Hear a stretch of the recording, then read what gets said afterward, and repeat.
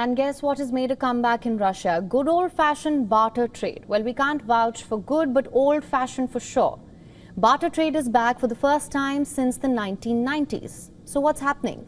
Companies are swapping wheat for Chinese cars and flax seeds for building materials. Why? To circumvent sweeping Western sanctions.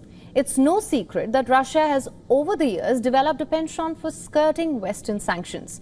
In fact, the Russian leadership has spoken of how they aren't scared of sanctions anymore since they're so used to operating under them. But barter for wheat and flax seeds?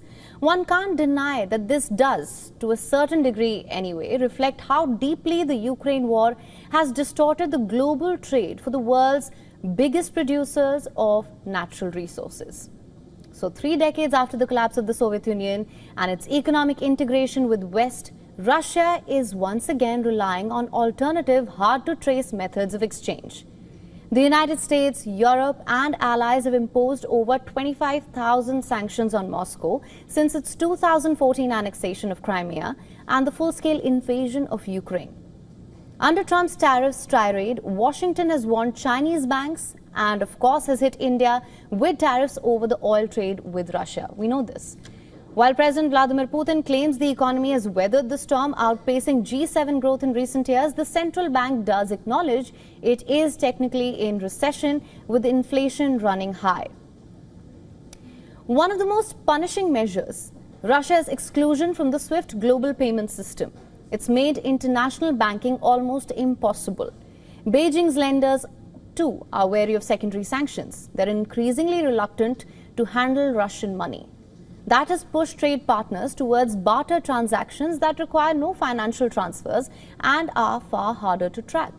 In 2024, Russia's economy ministry even issued a 14-page guide to foreign barter transactions, suggesting companies use barter platforms to bypass these sanctions.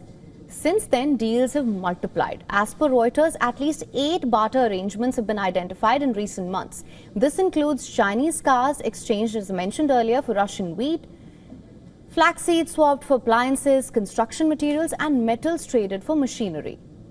A customs filing in the Urals region valued one flax deal at roughly $100,000. For many Russians, barter stirs memories of the chaotic 1990s when runaway inflation, shortages forced businesses into sprawling chains of goods-for-goods deals that distorted pricing and enriched opportunists. This time, however, barter arises not from a lack of money but from sanctions pressure and the risks of conventional banking. Analysts note that barter now extends beyond China. Deals have been reported with Pakistan and discreetly with firms importing Western goods into Russia despite sanctions. Other workarounds include using payment agents, cryptocurrencies.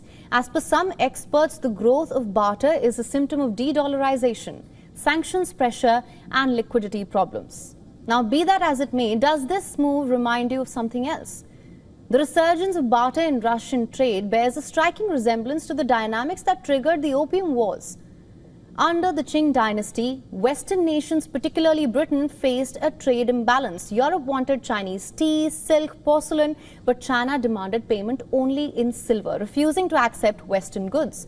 So, to break this deadlock, Britain began illegally trading Indian opium into China, creating an informal barter system that bypassed official currency channels. While this method may not be the same, and it is not, the same old forces are at play.